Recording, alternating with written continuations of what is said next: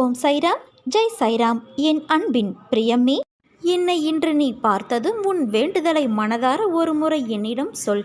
உடனே அது நிறைவேறும். உன் வீட்டிற்கு வந்து நல்ல செய்தி கூற நீண்ட நேரமாக நான் காத்திருக்கின்றேன். உன் வேண்டுதல் நிறைவேற உள்ளது என் தங்கமே. மாபெரும் அற்புதம் உன் வாழ்வில் நடக்க உள்ளது. என் ஆலயத்திற்கு வந்து மனமாற நீ நன்றி சொல்வாய். அழுதழுது கண்ணீர் வற்றி போய்விட்டது, இனி எனக்கு அழக்கூட தெம்பில்லை என்று என்னிடம் கூறினாய். கண்ணீர் வற்றிவிட்டது. ஆனால் உன் முகத்தில் புன்னகை பூப்பதற்கான வழியை நான் உன் வாழ்வில் ஏற்படுத்திவிட்டேன். இனி உன் முகத்திற்கு கண்ணீர் பொருந்தாது.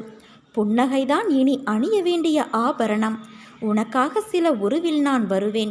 உனக்கு புன்னகை தருவேன். உனக்கு நீண்ட நாளாக முடியாத காரியம் ஒன்று நிறைவேறப் போகிறது.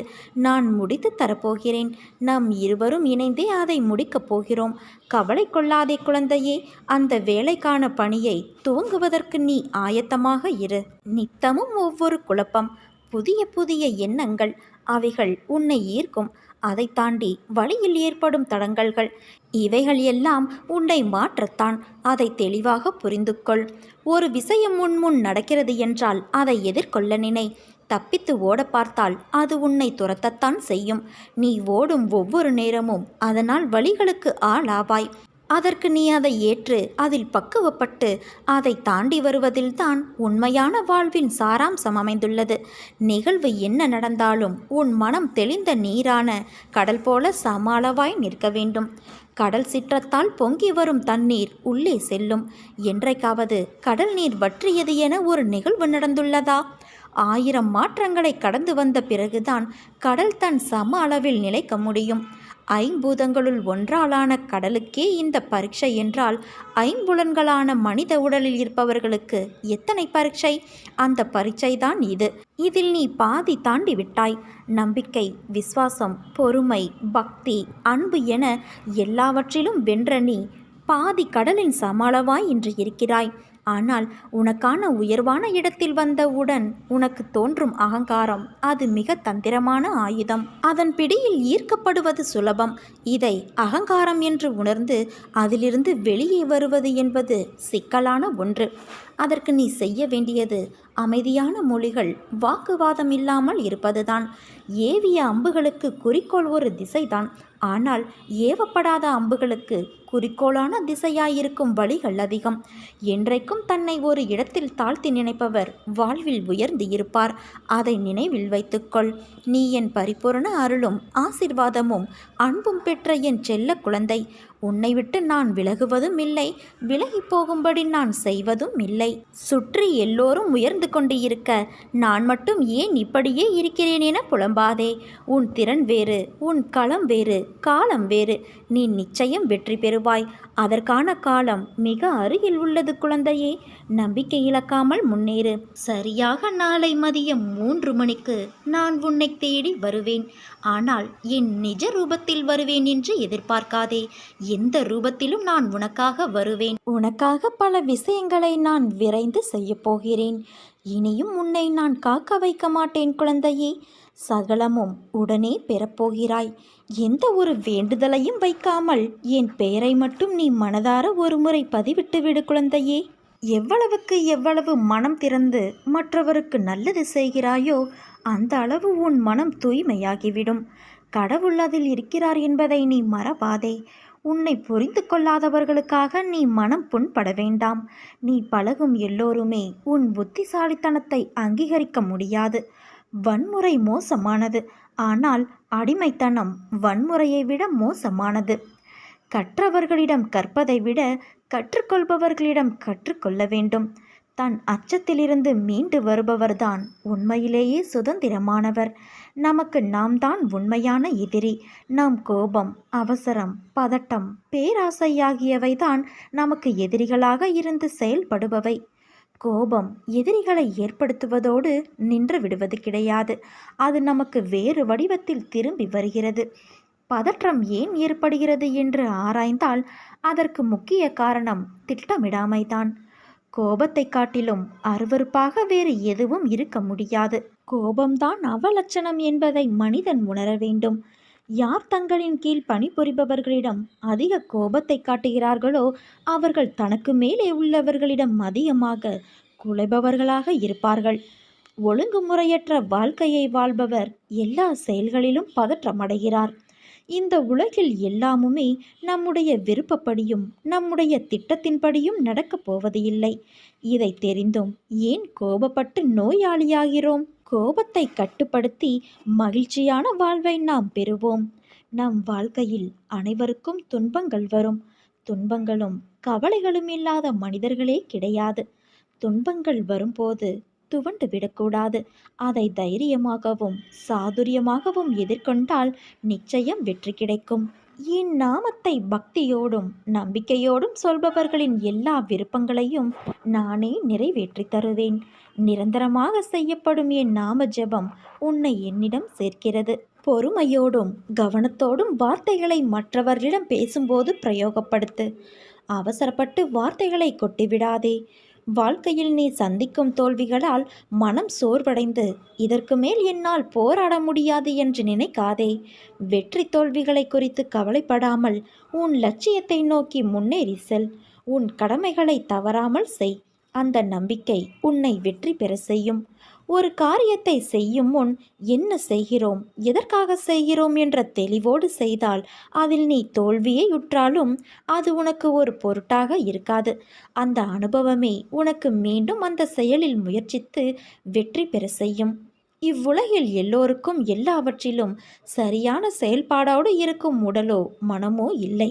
அந்த வகையில் அனைவரும் ஏதோ ஒரு விதத்தில் ஊனமுற்றவர்கள்தான். அதனால் மற்றவர்கள் உன் ஊனத்தை குறை கூறுவதை கேட்டு வருந்தாதே குழந்தையே. அவர்களும் ஏதோ ஒரு வகையில் ஊனமுற்றவர்கள். எது உன் கடமையோ அதை ஆனந்தமாக விரும்பி பிரியமோடு செய். அப்போதுதான் உனக்கே ஓர் உத்வேகம் இருக்கும். வாழ்விலும் வெற்றிகள் குவியும். என் வார்த்தைகள் மீது நம்பிக்கை வைத்து செயல்படு. வரும் காலத்தில் நீ விரும்பிய அனைத்து வளங்களையும் பெறுவாய். உன் அம்மாவாக அப்பாவாக நான் என்றும் உனக்கு துணை இருப்பேன் என் குழந்தையே. உன் பிரார்த்தனை நிறைவேறியது. எல்லோரும் ஒரு சேர உன்னை கைவிட்டாலும் இல்லை என சொல்லி கை கழுவி விட்டாலும் என் கைகள் உன் கைப்பற்றும். கடைசி வரை உன்னை காப்பாற்றும். தன் குடும்பம் என்ற ஒரு 10 பேர், தன் நண்பனும் பகைவனும் என்ற ஒரு 10 பேர், தன் தொழிலில் ஒரு 10 பேர், தனது வீதியில் ஒரு 10 பேர், தனது ஜாதியில் ஒரு 60 பேர். இந்த 100 பேரின் நடுவில் தன்னை உயர்த்தி காட்டிக்கொள்வதும் பாசமாக, நட்பாக, அன்பாக, வீரனாக, நல்லவனாக காட்டிக்கொள்வதுமே மனித வாழ்வின் குறிக்கோள் என்று நீ நினைத்து கொண்டு இருக்கிறாய். எல்லாவற்றையும் அவர்களோடு ஒப்பிட்டு பார்த்து அதைவிட ஒரு படியாவது அதிகமாக இருக்க வேண்டும். அப்போதுதான் மதிப்பு என்று போலியான வாழ்க்கை வாழ கட்டாயப்படுத்துகிறது. அவன் அப்படி இவன் இப்படி என்று பிறரை விமர்சனம் செய்ய சொல்கிறது.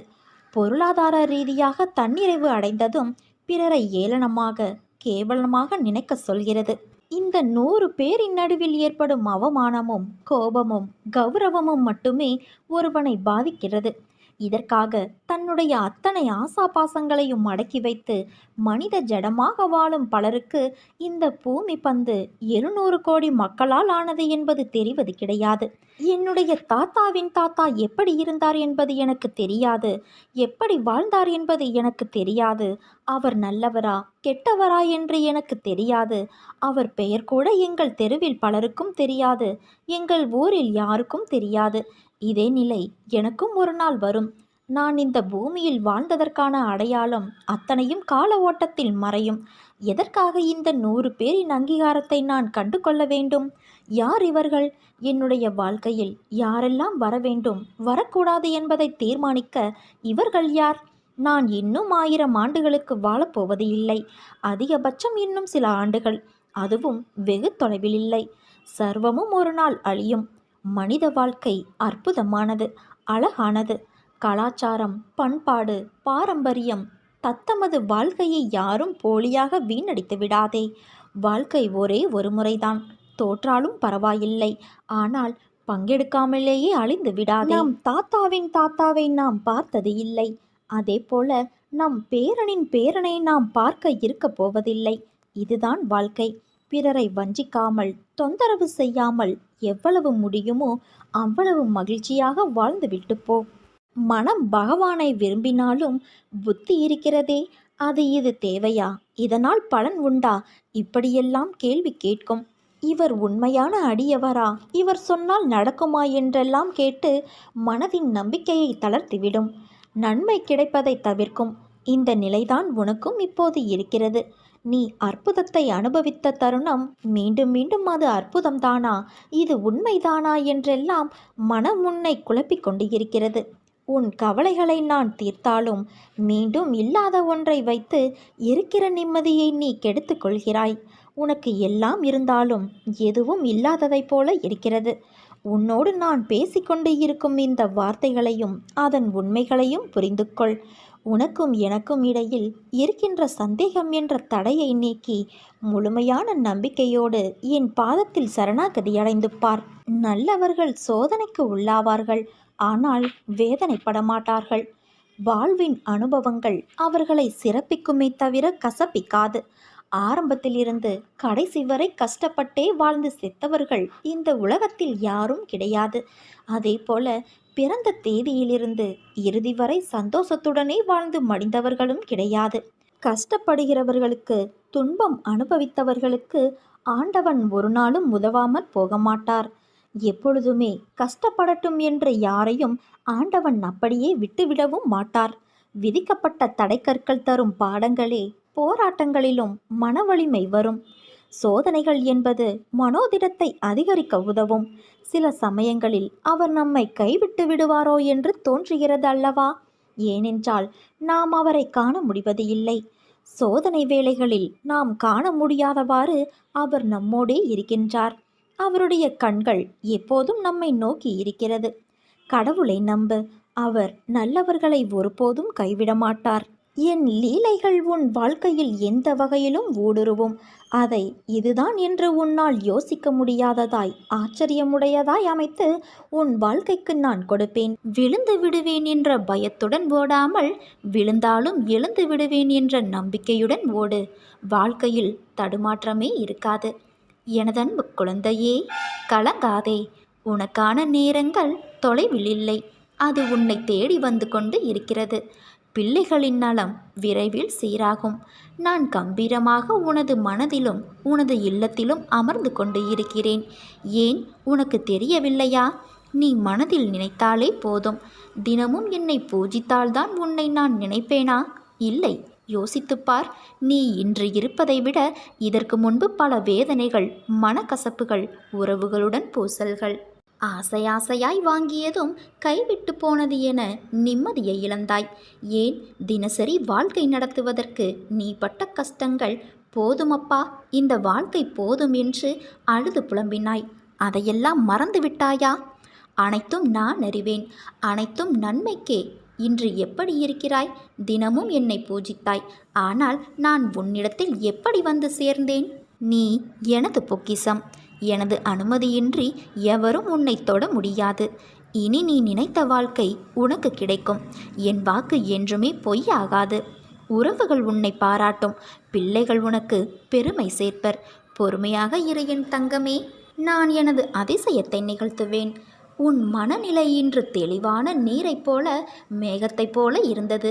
உன் மனதில் உள்ள எண்ணங்கள் இன்று பிரதிபலித்த விஷயங்களை நான் உணர்கின்றேன். உன் மனதில் உள்ள வழிகளை மறந்து ஒரு யதார்த்தத்தை புரிந்து கொண்டாயல்லவா? நான் என்ன செய்கிறேன் என்று தெரியவில்லை, ஆனால் எனக்கான ஒரு பாதையில் என் சாயப்பா நடக்க வைக்கிறார் என்று. அது கண்டிப்பாக என் குறிக்கோளை உன்னை அடையச் செய்யும். என்னை காயப்படுத்தி முதுகில் குத்தி நம்பிக்கை துரோகத்தை செய்தவர்கள் அனைவரிடமும் எப்படி நான் அதை கடக்க வேண்டும், சகித்து கொண்டு போக வேண்டும் என்று என் சாயப்பா சொன்னதை நான் கடைபிடிக்க வேண்டும் என்ற உயரிய நடைமுறையில் உள்ள நோக்கம் நிச்சயம் உன்னை எல்லா எதிர்மறை சூழ்நிலைகளை சவாலாக எடுத்து துணிந்து தைரியத்தோடு கடக்க செய்யும். ஒரு பழமொழி கேள்விப்பட்டு இருக்கிறாயா? தனிமரம் என்றும் தோப்பாகாது. ஆனால் தோப்பில் உள்ள எல்லா மரங்களும் தனி மரம்தான். இதை ஞாபகம் வைத்துக்கொள். உன்னை சுற்றி 1000 பேர் இருந்தாலும் இல்லாவிட்டாலும் நீ தன்னிச்சையாக செயல்பட முடியும். அதற்கு அர்த்தம் யாரையும் அவமதிப்பு என்று கருதாதே. உன்னை சுற்றி இருப்பவர்களுக்காக நீ இழந்த உன் தனித்துவத்திற்காக இதை நான் கூறுகிறேன். எப்போதும் உன் சாய் தேவாவின் அருளும் ஆசையும் உனக்கு உண்டு. உனக்கு நேற்று தோன்றிய கஷ்டமானாலும் துக்கமானாலும் மற்ற எந்த இக்கட்டான நிலையானாலும் இன்று யாருக்காவது நேர்ந்தது என்றால் அவர்களுக்கு உன்னால் முடிந்த உதவியை செய். உதவி செய்ய முடியாத பட்சத்தில் உன் இதயம் கரையும்படி பரிதவி. அவ்வளவே ஒழிய அவர்களின் உதவியற்ற நிலைமையை பார்த்து ஒருபோதும் நீ ஏளனம் செய்யாதே. இரவெல்லாம் உன் தலையை வருடி கொடுத்தபடி உன் தலைமாட்டில் நான் உட்கார்ந்து கொண்டு இருப்பேன்.